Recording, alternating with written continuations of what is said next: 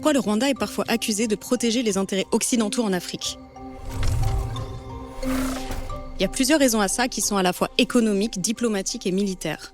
Niveau économique, le Rwanda est accusé de servir de laverie pour l'exportation de coltan en provenance de RDC. C'est un secret de polichinelle. Ce minerai, essentiel pour nos smartphones, n'est pas vraiment issu du commerce équitable. Mais le problème, c'est que les Occidentaux veulent avoir la conscience tranquille. Solution, Kigali participe à un système de traçabilité qui prétend enlever toute trace de sang. Sauf que Global Witness a démontré que ce système pourrait en fait faciliter le blanchiment de minerais en provenance de mines contrôlées par des milices ou produits grâce au travail d'enfants. En février 2024, l'Union européenne a signé un accord de coopération avec le Rwanda pour sécuriser l'approvisionnement en minerais indispensables au secteur technologique européen, qui a été fortement critiqué côté RDC, notamment par le mouvement citoyen congolais La Lucha, qui l'interprète comme un soutien inconditionnel au Rwanda. Au niveau militaire, les interventions de l'armée rwandaise sont souvent perçues comme alignées sur les intérêts occidentaux, notamment des États-Unis, du Royaume-Uni et de la France. Par exemple, le Rwanda a envoyé des forces au Mozambique pour aider le gouvernement à lutter contre une insurrection d'Ansar al-Sunna en 2021. L'armée rwandaise a bénéficié de 20 millions d'euros de l'Union européenne pour cette mission, et selon ARIA, qui est une structure à but non lucratif qui fait de la recherche sur des sujets liés au climat et à l'énergie, la chronologie des rencontres entre Paul Kagame, son homologue mozambicain Philippe Nyusi et Patrick Pouyanné, le PDG de Total Energy, laisse supposer que la France aurait encouragé ce déploiement armé pour défendre les intérêts de Total Energy. En plus d'être un sous-traitant économique et militaire, le Rwanda est aussi un service après-vente diplomatique. Tu te rappelles du deal sur les migrants entre le Rwanda et le Royaume-Uni ?